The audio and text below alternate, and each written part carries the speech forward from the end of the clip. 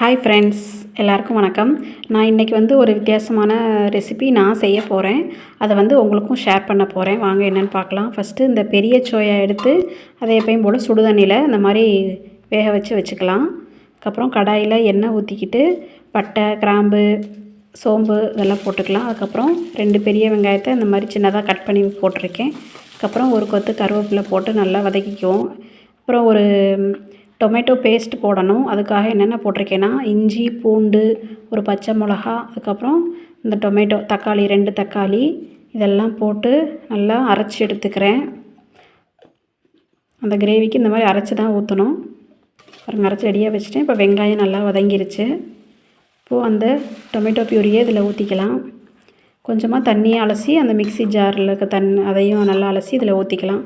அதுக்கப்புறம் பார்த்திங்கன்னா, இந்த சோயா நல்லா இந்த மாதிரி புழிஞ்சு அதில் தண்ணி வரும். அதை நல்லா இறுத்து வச்சுக்கணும். இறுத்து அதை 2ஆக கட் பண்ணி வச்சுருக்கேன். நான் பெரிய சோயா எடுத்துருக்கனால 2ஆக கட் பண்ணிட்டேன். அப்புறம் இது நல்லா பச்சை வாசம் போய் நல்லா கிரேவி ஆயிடுச்சு. அதுக்கப்புறம் 1 ஸ்பூன் சிக்கன் மசாலா, 1 ஸ்பூன் குழம்பு மிளகாய்த்தூள், 1 ஸ்பூன் உப்பு போட்டு நல்லா வதக்கிக்குவோம். நல்லா கிளறிக்கணும். அதுக்கப்புறம் இதை நம்ம இப்படியேவும் வச்சு அந்த சோயாவை ஆட் பண்ணி கிரேவி மாதிரி செய்யலாம். நான் கொஞ்சம் தண்ணி மாதிரி செய்கிறேன்.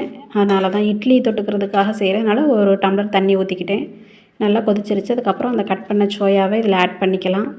போட்டு நல்லா அந்த சோயாவில் அந்த மசாலா கிரேவி ஏறணும். அதனால் நல்லா போட்டு கொதிக்க விட்டுருவோம். கிளறி விட்டுட்டு மூடி போட்டு மூடிடலாம். நல்லா கொதிக்கணும். பாருங்கள், சூப்பராக அந்த சாறு அந்த சோயாவில் இறங்கிருச்சு. சூப்பராக ரெடி ஆயிருச்சு. அப்புறம் மேலே கொத்தமல்லி தழை தூவி விட்டுட்டு ரெடி பண்ணியாச்சு. அவ்வளோதான் ஃப்ரெண்ட்ஸ். இந்த ரெசிபி உங்களுக்கு பிடிச்சிருந்துச்சுன்னா நீங்களும் ட்ரை பண்ணி பாருங்கள். இட்லி, தோசை, சாப்பாட்டுக்கு நல்லாயிருக்கும். தேங்க்யூ, பாய்.